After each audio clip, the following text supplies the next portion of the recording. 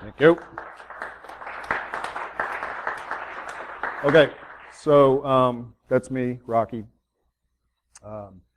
I do a lot of stuff. I do red purple teaming. I do a lot of risk analysis. I do vCISO work for a number of big companies. But enough about me. So if anybody was here last year, I did a talk on enterprise class vulnerability management like a boss. Excuse me. And so from a recap perspective, this document came out in 2007 by this guy who's really smart, and you should probably follow him on Twitter and look at his blog, Gunnar Peterson. But basically, this paper broke down essentially a well-documented security program, how it should look, right? All the components of a real security program, starting with risk management, policy standards, et cetera, breaking down into processes like vulnerability management, like threat management, which we'll be talking about today. So I encourage you to look that up and you know, give it a whirl. It may not suit you in every vertical, depending on what vertical you are actually a part of, but I find it very, very good. So very briefly, up here, this is since 2009, the spend in trillions of dollars worldwide in information technology, according to Gartner. Take that with a grain of salt. It's Gartner. Below that here, it's the number of breaches from the Verizon DBIR. You can see that for the most part, we're spending a lot more money, and for the most part, the breaches still continue to go up. So I think that's a problem with that. Real briefly, most organizations get that protecting their business critical data is crucial, right? It's an important thing. But most organizations are going about it in different ways, right? And primarily two different ways that are incorrect from my perspective. First is they're looking at security from a project by project perspective. In other words, we need a new firewall, we need to replace the antivirus, we need two-factor authentication, et cetera. Okay. Individually, those are good initiatives, but that's not how a security program should be run. The other way is, excuse me, we're looking at it from more of a compliance perspective, okay? And so while that does make business sense, because if you are in an organization or in a vertical that has to comply with something, and you are found non-compliant, there's a business impact. That's called a fine, right? So that does make sense, but the unfortunate reality is that, and all the old school security nerds like me will always say, and if you've seen, if you were at my previous talk, you've heard me say this, right? If you're compliant, you're not secure. But if you're secure, you're also going to be compliant to whatever compliance framework your organization may need to comply with, right? So at the end of the day, here's kind of like the big mission statement here. Protecting data is a function, has to be treated as a function of the business, because there is significant financial ramifications if you do not. And so what we kind of take a look at it from an overarching program perspective, we want to look at architecture, okay? Enterprise security architecture. Architecture is a means of organizing complexity, okay? So if we can then basically use these concepts of organizing complexity and apply this to our actual enterprise security programs, we now have an enterprise security architecture that will basically pave a simple way, and irrespective of the size of your organization, but here's a framework now. And we can follow this framework, we can prioritize initiatives, because we're not going to be able to, no organization is really going to be able to take everything on at once, right? We have budgets to consider, et cetera. But we're going to be able to prioritize our initiatives and say, hey, guess what? We know, since now we understand what we're trying to protect, we know that these priorities, let's say threat management or identity management or simple third-party risk management policies, right? These are initiatives that we need to focus on. And so year 1, year 2, year 3, now we can set a plan, right? So this is what the enterprise security architecture from the original Gunnar-Peterson document really kind of boils down to. You have up here the architecture components, which are risk management, policy and standards, and then actual design architecture, right? And those 3 are supported in some way, shape, or form by processes. Defense in depth, which is our, this is our, when we talk about security, this is what we typically think about. The firewalls are network security. Antivirus is endpoint security, right? So these are the controls that are really kind of enforcing everything. And then metrics. Metrics, the area of the enterprise security architecture that nobody does well, but it's exceptionally critical because this is how we communicate our technical needs back up into the business, right? We can't expect business leaders to be those experts and understand all the goofy stuff that we know, right? So we have to communicate that via metrics. So today we're going to be talking about threat management, one of our enterprise security architecture processes. Threat management is typically broken down into, okay, we've got controls, and all those controls then have some semblance of logs, etc., that we need to begin parsing through and figuring out, hey, is somebody actually attacking us, or do we have problems, etc. Monitoring, threat modeling, which I'll go into a little bit towards the end, incident response, and threat intelligence, which has become, I think, this year's security conference drink word. So I'm not going to say it too much because I don't think we actually have much alcohol here, but it happens. Okay, so let's talk about challenges. Challenges with building a solid threat management program includes Moore's Law at the top, right? Moore's Law, processing power increases, what doubles every 18 months, I believe, is Moore's Law. But this then aptly applies to malware and everything else that is bad, right? So we're constantly fighting Moore's Law. Intelligence communication is actually very critical, super critical from a threat management perspective, right? When you get into enterprise environments, if let's say a server might have some malware, okay? There's a number of people that have to be involved in that, right? The network teams probably need to be involved in that so they can kind of maybe track down things like, are there command and control going to certain IP addresses? The server teams need to be obviously notified about all this. If you're mature enough to have an actual security operations center, dedicated security people, those guys are going to be spearheading basically the entire, monitoring and then potentially incident response process, right? So there's a lot of communication that must be that must go into a good threat management program. Coordination, accountability. Accountability is critical, obviously. And this is where I've seen a number of threat management processes really kind of fall to pieces, right? If you can design your threat management process without, but unfortunately not, we don't have accountability in terms of who's responsible and therefore at the end of the day potentially might be losing their job because they didn't do it properly, then your threat management process is also not going to function as it should. Metrics I talked about.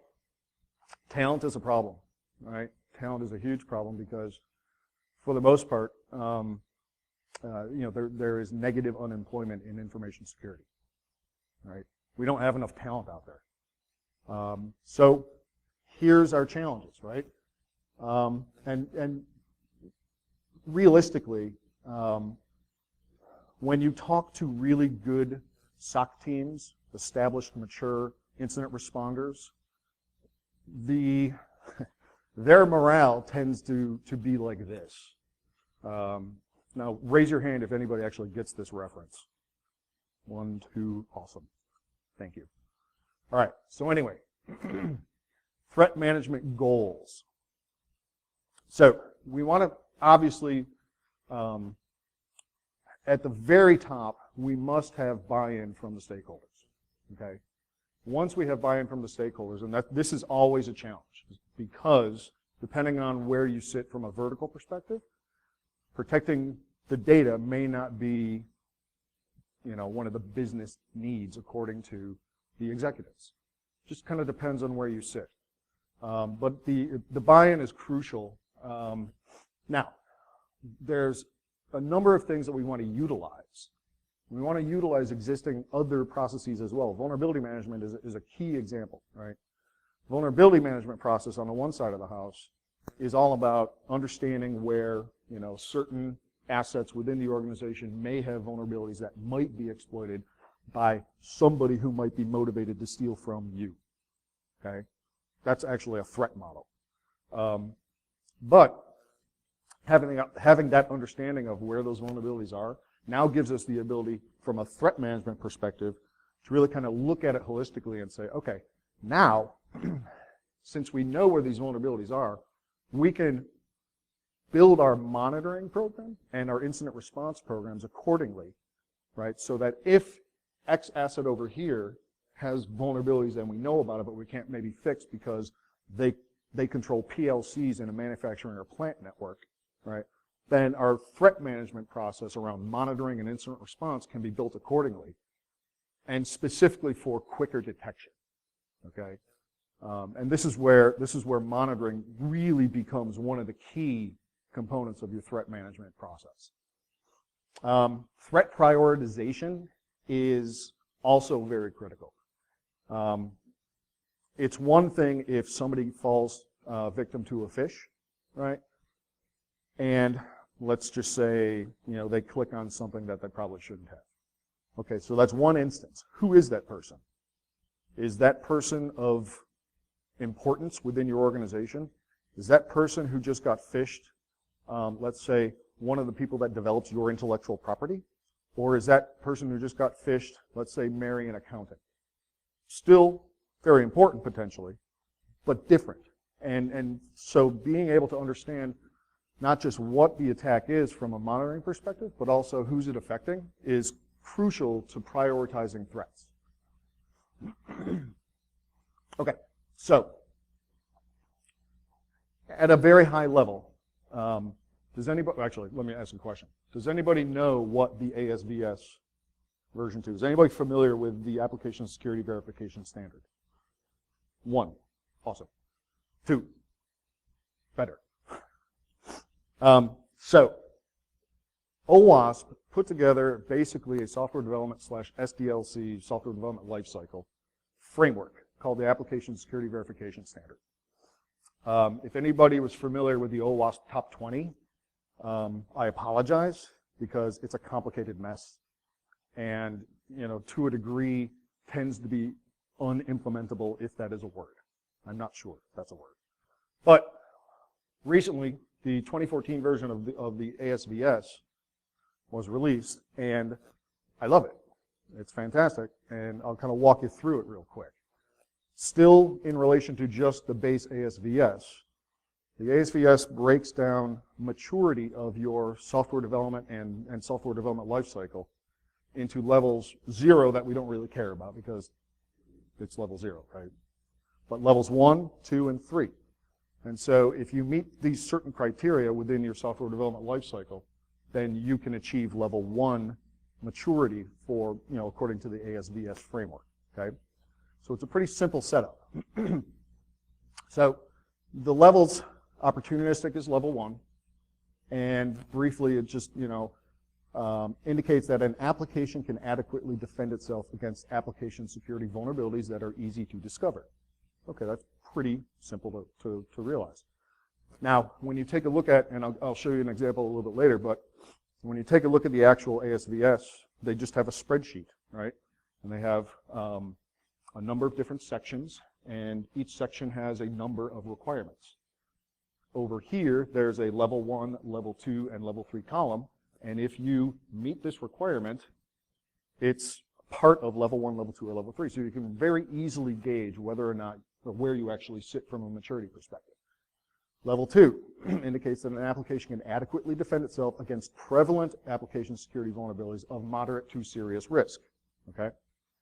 So we begin to start building in things that are advancing the actual application development, ensuring that things like SQL injection and cross-site scripting are tested for. So now you can check that off, and that's a requirement for level 2. Very simple. Level 3. Oh, and to note here that most organizations are likely going to fall into level 2. Okay? Level 3 tends to be very difficult to achieve, right? Indicating that an application can adequately defend itself against all advanced application security vulnerabilities and shows principles of good security design. Now, at this point, for the most part, when you take a look at who should be trying to get ASVS level 3, we're really looking at critical infrastructure. We're looking at medical, anything that deals with human lives, right? The automobile industry technically should really be looking at level 3 just because at this point electric cars are what? Electric cars are computers with wheels. I'm a computer hacker. That's a car now, and all it is a computer. So that's a problem. But level 3 is really intended for what we consider irreplaceable data. Okay. Josh Corman, also a very smart guy, talks about irreplaceable versus replaceable data. Has anybody had a credit card stolen? Show of hands. Few. What happened? What happened when you got your credit card stolen? Ta-da! It's replaceable data. You're not liable for that. Now, let's talk about the other end of the scale, right? Intellectual property and human life tend to be irreplaceable data. Right? If the, 11 herbs and spices recipe for Kentucky Fried Chicken gets stolen, that's going to have a significant business impact on that organization. All right? Same with, again, let's say, Bluetooth-enabled pacemaker, comes into range of somebody who's like, oh, wow, that's a Bluetooth device. How can I screw with it? That's a problem, right? Irreplaceable data. So realistically, level 3 is, from my perspective, geared towards organizations that are dealing with that level of data. Okay, so how can we take this and apply it now to threat management, right? Again, the framework itself now, I'm going to take a number of different levels, the same 1, 2, 3 levels of the ASVS, but I'm now going to basically apply it to or have applied to different elements and variables of threat management programs. So now we can adequately gauge our maturity, right? That's the key point here, right? It's not about, for example, what a PCI audit. Do you scan for vulnerabilities? Yes or no? Okay? That's kind of pointless. It doesn't really tell us how mature we are within our vulnerability management program, right? So the whole point here is to be able to now apply this framework and ask that question. How mature is my threat management process? And how can I, what can I prioritize? What can I look at? And how can I improve? So again, level 0, we're not really going to talk about because it's level 0.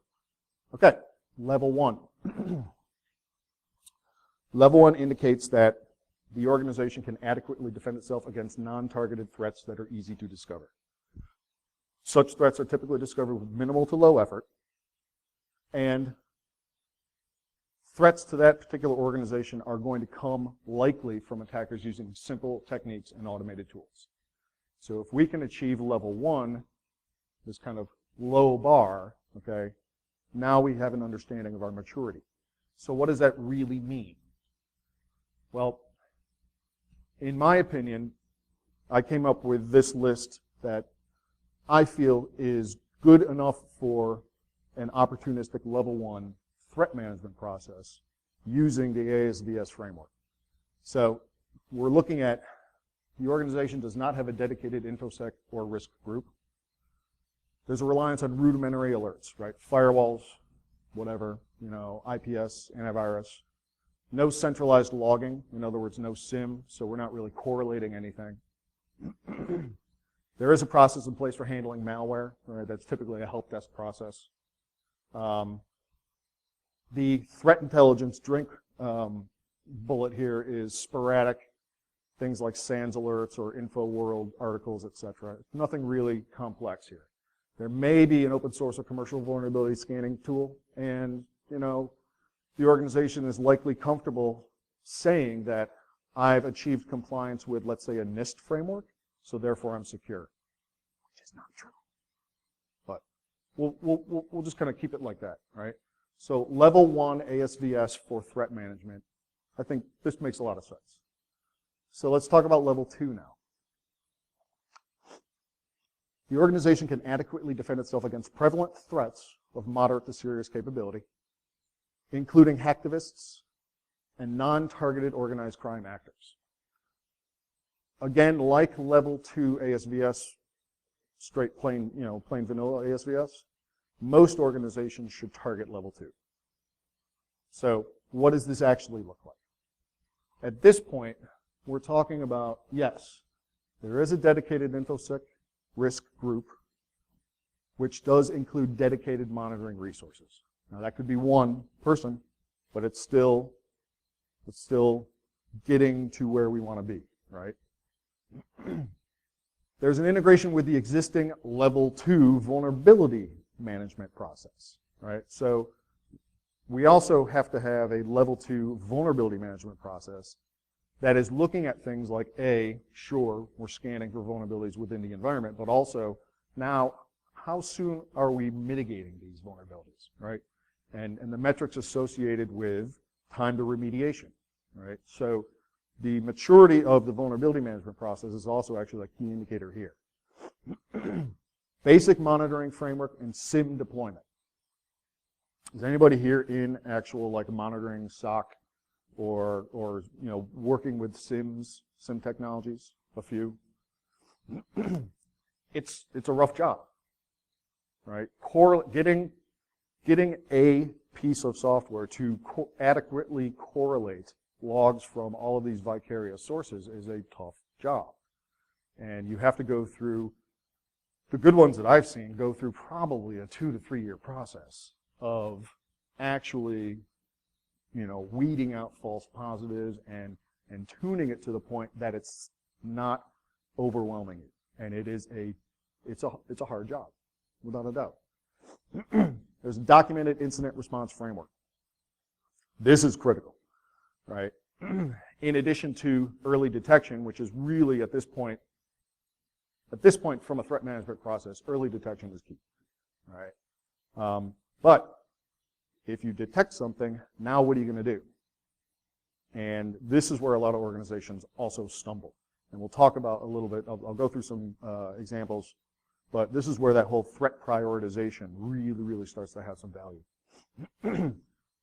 Pen testing, red, purple team testing, simulating real-world threat actors using real-world techniques. For the last, I don't know, probably almost 4 years or maybe even 5 years now, the real hardcore InfoSec pen testers have been all migrating over to purple team tests, which is great. And for those of you who don't know what that means, the attacking teams are usually referred to as red. The defensive SOC teams or whatever, the IR people, et cetera, are typically the blue teams. And traditional scenarios are the red team attacks the organization, the blue team doesn't know about it, they react, and we see where they fall, right? We kind of figure out the gaps. Depending on the maturity of your threat management process, there's added value to purple team testing, which is the attacking teams are sitting side by side with the defensive blue teams. They're walking attack chains. They're walking through actual attack chains. Step 1, reconnaissance. I just did this. Did you guys detect it? Okay. Step 2. Now I'm looking at, whatever we're talking about from, exploitation to post-exploitation, et cetera. But the teams are working side by side, running actual attacks and seeing where the SOC teams, where the improvements and where the gaps should be. a lot of value, but there's not a lot of value in purple team testing if you don't have a SOC. So again, illustrating the importance of getting the maturity level of the threat management process. And then open source intelligence or commercial threat intelligence sources. Some other things here, there's going to be a defined standard for reviewing intelligence, reviewing all the intelligence that's coming in with escalation procedures. Here's our SIM, right? So again, the necessity of the SIM. Classification standards. Asset and data classification standards are critical at this point for your threat management process. It's one thing to know that, okay, this asset over here has been infected with malware. It's another thing to know that this asset over here that has been infected with malware has access to this level of data and is owned by this level of person, role within the organization. All right? So being able to understand the lateral associations of that is infected with malware is very, very critical, and that's really based on all the data classification standards that that you can muster up. Role-based access control standards as well. Again, who has access to what and where and when. Threat modeling standards are also a requirement for this for level 2. And I will go through, I'll just briefly show 3 different types of threat modelings. Again, it's not a one-size-fits-all. It really kind of depends on your comfort level and which one maybe kind of speaks to you more. Advanced endpoint controls, right? So now we're starting to talk about things like Microsoft's Emmet. We're starting to talk about things like behavioral, things that are looking at endpoint more than just your antivirus signatures, right? So some type of behavioral, etc. Some examples include AMP, Falcon from CrowdStrike, the Carbon Blacks of the world. So that guy's really important too, right? I realize that that word is also can open up basically a gigantic can of worms, like in terms of, okay, well, what kind of encryption are you talking about? Where, when, etc. Is it in transit? Is it at rest? But at the end of the day, you need to have that understanding of what's important, how is it classified, when should those classifications of data, when should they be encrypted, where and when, etc. So I realize that that's a vague one, but it is that is kind of complicated as well. Okay, so that's, in my opinion, level 2, how I feel that an organization who wants to achieve a level 2 maturity from a threat management process, that's how I think it should look. Level 3, now we're again talking about critical infrastructure, etc. Where most organizations are going to look to achieve the maturity level 2, level 3 is pretty advanced. So indicating that the organization can adequately defend itself against all advanced threats, showing principles of good security design, requires a mature enterprise security architecture, the ESA model that I put up earlier. So what does this look like? Again, we're really talking about some mature stuff at this point. We have to have this threat prioritization standard, typically broken down into triage, suspect, and then incident, right? So at some point, levers need to be talked about from an IR perspective. In other words, okay, we know that our domain controller has been breached. That's bad. Now, what levers are we going to pull to minimize the damage and be able to try to mitigate that, right? Do we, and an example of a lever could be the reset globally of all of your user base's passwords and the reset of, let's say, the Kerberos ticket password, which is a giant problem if that thing is breached as well. These are, again, advanced levers, advanced levers associated with the prioritization, but they need to be not just talked about, but documented, and then run through from a tabletop perspective. Incident response tabletop exercises, if you can combine those with purple teams, that's also really fun and valuable as well for all parties. Mature IR framework, right? Including including the RACI framework. I forget what that was for. Actually stands for. Again, and I mentioned the tabletop exercises, right? So simulating things like the domain breach, simulating things like ransomware, right?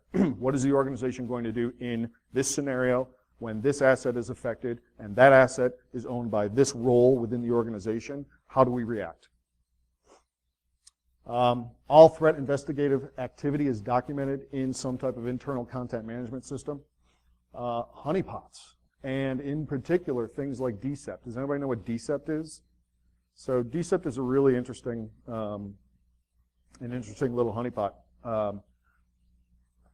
Basically, there are techniques today where an attacker or adversary gets into a Windows system and has the ability to pull either hashes or clear text passwords out of memory, right? It's the LSAS process within Windows. So DCEP basically is a honey hash honeypot. In other words, it will place fake hashes, password hashes, into memory, and when they get pulled, your SOC team can get notified that, hey, this hash just got pulled out of memory, and that's a fake password hash. We have a problem. And that problem originates on this particular asset. So you can really kind of pull a couple of switches and say, boom, that's off the network, right? Again, level 3 stuff, right? Not everybody has that level of identity management controls to be able to say, oh, that host is, based on its MAC address, is no longer allowed on this network. But, that's one of those things that we begin to work towards, right? Rights management, DLP, that stuff, and I don't care if it's, DLP is another one of those, 2 to 3 years and maybe we get it right, right? I don't really care if it's homegrown or not, but we do have to have the ability to say, something, that person who doesn't need to have access to that type of data can't, all right? So, a couple last things here. I talked about identity access controls on a network. Threat multipliers, right? Threat multipliers are interesting, and I'll walk through a threat prioritization example in a second. But threat multipliers are things like, okay, well, we know that this malware affected this particular asset, but we may also know that it was targeted, and if it was targeted, what's that person's intent? Now, we probably aren't going to know that level of detail in an incident at the onset, but as we begin to go through the IR process, that actually might come into play. And if that intent is to say, steal your intellectual property, and it's an insider, then we're going to prioritize that a little bit differently. Adversary capability assessment. This kind of goes along the lines of return on investment, right? Data theft is a giant global business. And I don't know, I want to say that one report, I think 2012 or 2013, stated that, and I'm not saying that this is completely true, I read this, and it's the internet, so fair grain of salt. But the global revenues for data theft exceeded the global revenues of the illicit drug trade in, I think, 2013. I'll let that sink in. The revenues for global data theft exceeded the illicit drug trade revenue. So that's a giant business, all right? Every business has a budget. And so when we start talking about advancing and improving your threat management process, and especially things, in the area of incident response, it's important to kind of understand who might want to steal from you and what are their capabilities. If we can begin to kind of model that adversary capability level, then we have a chance at beginning to build our enterprise security architecture in such a way that over time, the controls that we're able to build and prioritize and put into place over time drives that adversary return on investment to 0. And so if there's no profit in trying to steal something from you, you're doing a really good job. because that adversary is probably not going to continue. No profit, right? Okay, so there's a couple more things. I'm not just going to read my slide here. At this point, before I kind of move on, and I'm going to look at some things like metrics. But before I move on, I want to just kind of open it up, right? So I've put together a framework for a threat management process utilizing the ASVS framework, levels 1, level 2, level 3. Feedback, initial feedback.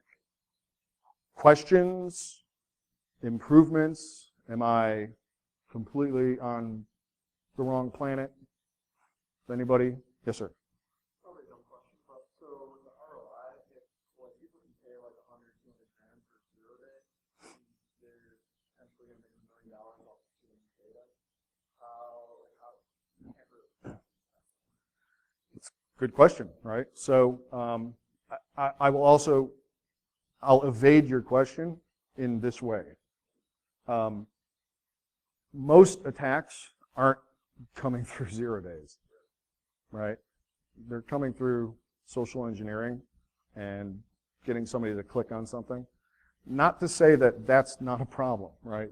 Because they're out there, right? We just had the hacking team breach last year, and when the hacking team got hacked and all of their 0 days got into the wild, everybody was like, oh shit, those guys were busy. Nobody had any idea what was going on there. So you're absolutely right in terms that if somebody, and this will get into threat modeling in a second, right? If somebody's motivated enough to try to steal something from you, and that may include having that, you know, well, I'm willing to spend $200,000 on a 0 day if it's going to net, you know, if it's going to net me whatever, it's going to happen. If you're really targeted, you're going to get breached. That's really kind of at the end of the day, right? If you are specifically, absolutely targeted for something that somebody knows that they can make money off of by stealing from you, they have as much time to try to do that. And I know that's a doom and gloom scenario, but it's kind of the reality. Now, all of this is going to help, right? Because all of this is all about detecting the way that they're doing it earlier, right?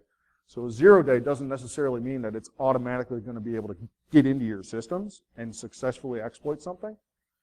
It may, but we're also looking at you know, especially at level 3, we're talking about behavioral endpoint controls. We're talking about, you know, segmenting this data from these people, right? There's a lot of hoops that adversary at level 3, even level 2, but definitely level 3, they're going to have to jump through a ton of stuff to evade all this detection that we're building. And at some point, it's a high probability that they're going to mess up. They're going to mess up, and you're going to see something, and it's going to trigger enough warning and be like, oh, we have to escalate. Boom. All right. Does that answer your question? Kinda? Okay. Anybody else?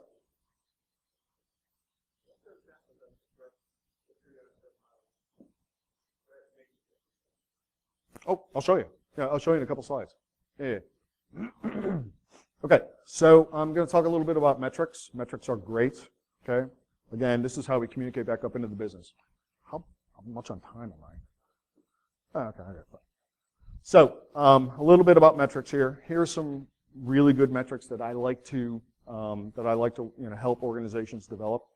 And I'll make these slides public. I mean, you know, so if I'm going through these and you miss taking notes or whatever, don't worry about it.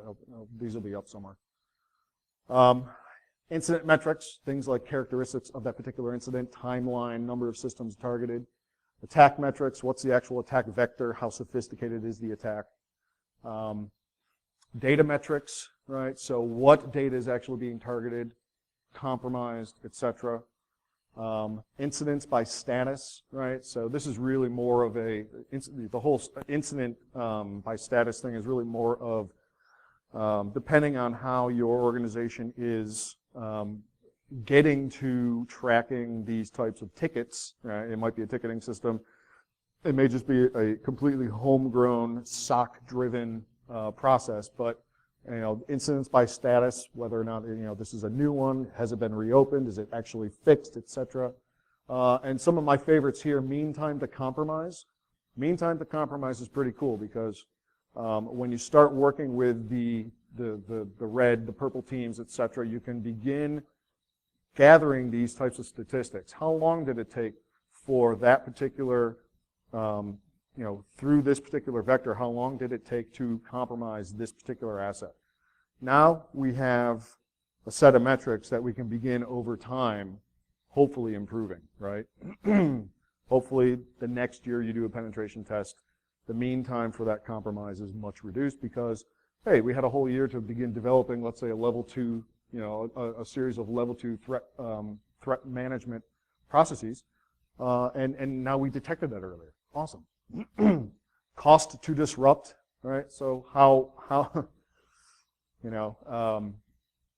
much realistically would it take from a time, energy, and money perspective to actually disrupt the business at a level that is unacceptable? Adversary means, adversary ROI we talked about. Okay, so I'm going to talk a little bit about, I've got 3 kind of example threat models that are really, really interesting. The first one is the 3 tenants threat model, right? This is the paper that this came from. It's the Quantitative Metrics and Risk Assessment, the 3 tenants model of cybersecurity by Jeff Hughes and George Sebenko. But we are really taking a look at, right, these variables, system and variables about the systems, the attack surface kind of threat, threat variables, and then the actual capabilities. Being able to then kind of take situations and apply this model to individual attack types and situations is very valuable. And again, it's not a one-size-fits-all thing, right? So here's one of them, here's another. It looks even more complicated. But kind of, again, if the diamond model of intrusion analysis from this paper here is fascinating. It's fascinating if you're a nerd like me, but it's fascinating. And so this one is really kind of breaking it down in terms of here are some of the factors or I don't want to say it, but the actual chain of events, right? So here are the variables of an attack, right? You have reconnaissance, weaponization, delivery, exploitation, installation, command and control, that's the C2, and then the action on the objective, which typically is exfiltrating data out of your network, right? So again, I'm not going to go into any of these in detail. I leave that up to you from an exercise perspective, but that paper itself is a fascinating read, again, if you're a nerd.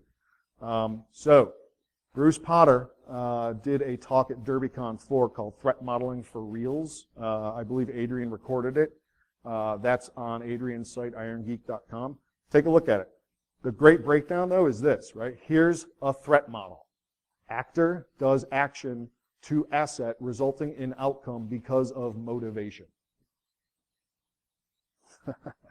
That's easy, right?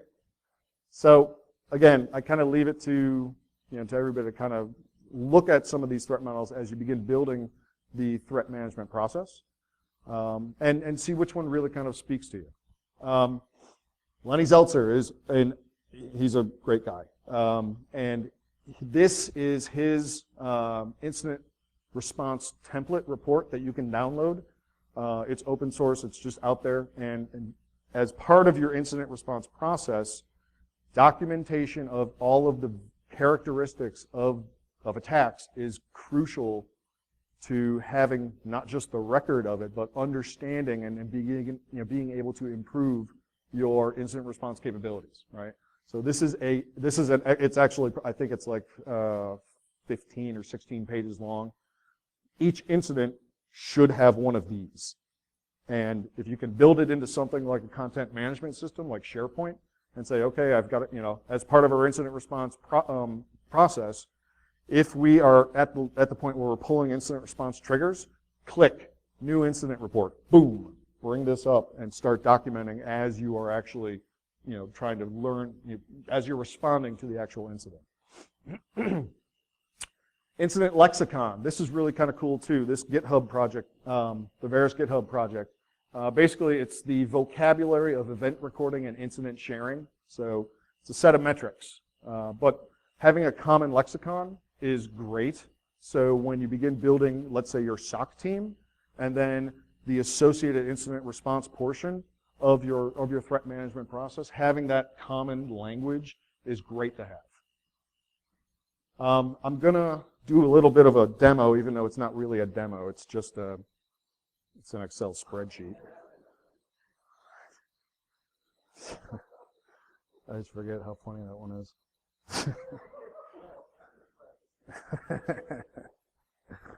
Oh, where is my Excel? There we are. Okay. So this is an example of threat prioritization. It's just an Excel spreadsheet, right? So we start with up here. Here's our inputs, right? We know we have a SIM, and here's all the things that are going into our SIM, right? You have your IPS, your antivirus, your endpoint protection, your EMET. How many people are familiar with Microsoft's EMET? E-M-E-T. Okay, cool. I highly recommend it, but it is a very difficult installation and maintenance in an enterprise environment. But if you can, please look into it, because it's looking at all these great behavioral things. What was that?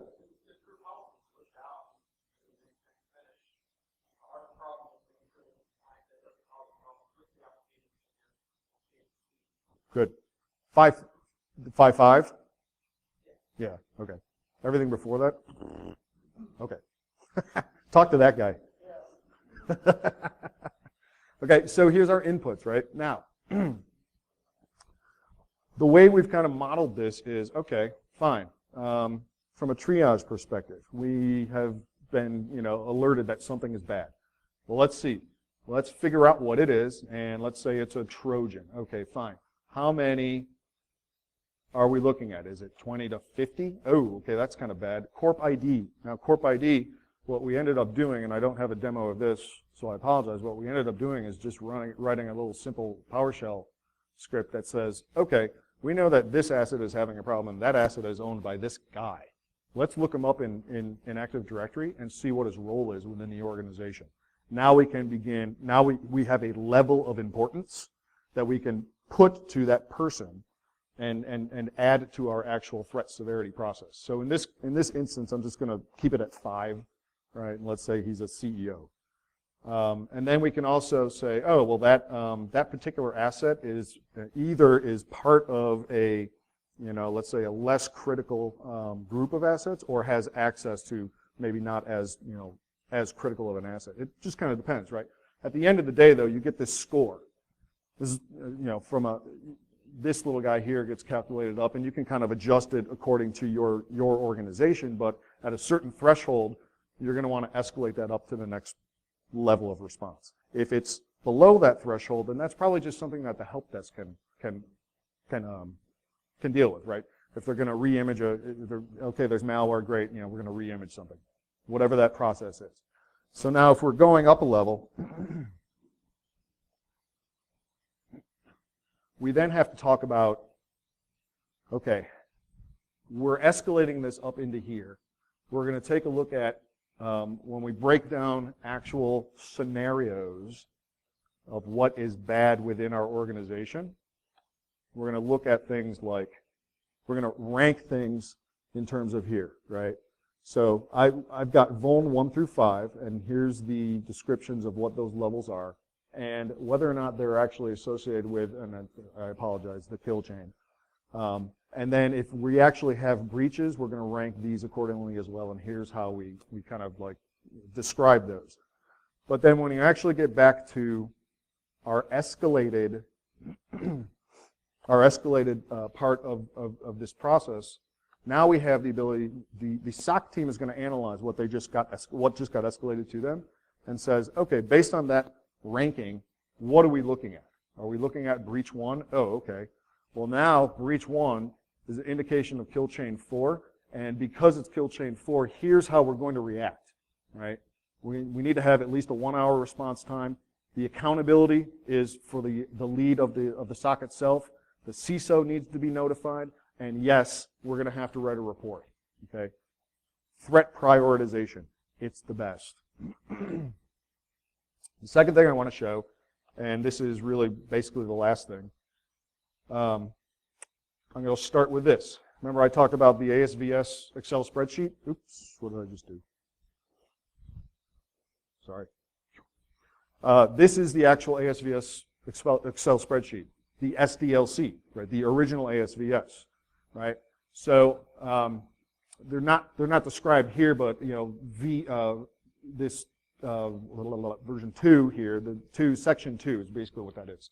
So section 2 might be authentication, or I forget exactly specifically what it was. But here are the things that, okay, verify all pages require authentication, and yes, that is a requirement for level 1.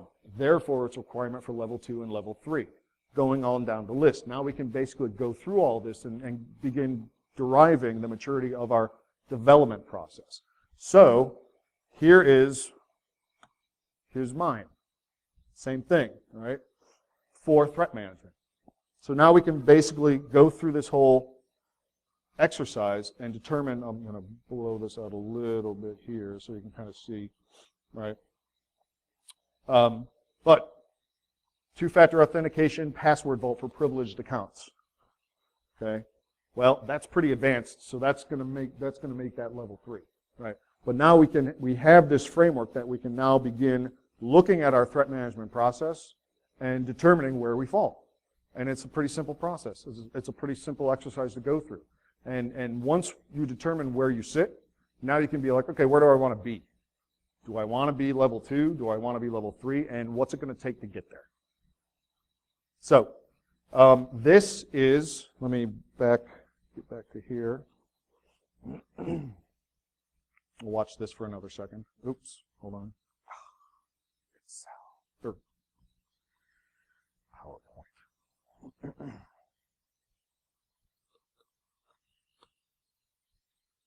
Let's say one more time. Yay. All right. Anyway, so what I just showed you, that the Excel spreadsheet, that's on GitHub. So also so I put it into both Excel spreadsheet and CSV. CSV is much easier to kind of like just edit and track and do within GitHub from a change control perspective. But here's the thing: my vulnerability management from last year is now there, and the threat management from this year is all there. Have fun, and please give me some input. Right? Go take these, download them. If you think of things that could be, improved upon in terms of the things that gets you to this particular level, please do so. I'll merge it in. That'd be great. I would love all this to be, community collaborative. So I think that's it. Anybody have any questions? I got 1 minute. So Nick, I'm thinking about doing identity management next, applying identity management to the ASVS. So then at that point, every single process within this set of processes of the enterprise security architecture is then done, right? Because the ASVS is the SDLC. Last year I did vulnerability management. This is threat management. That's what's left. So if anybody has any suggestions or wants to help out on that, that's it. So real quick, any questions? Here's some references. Questions? Sir? Yes. There you go. Mm-hmm. Questions? Okay. Thanks for coming out.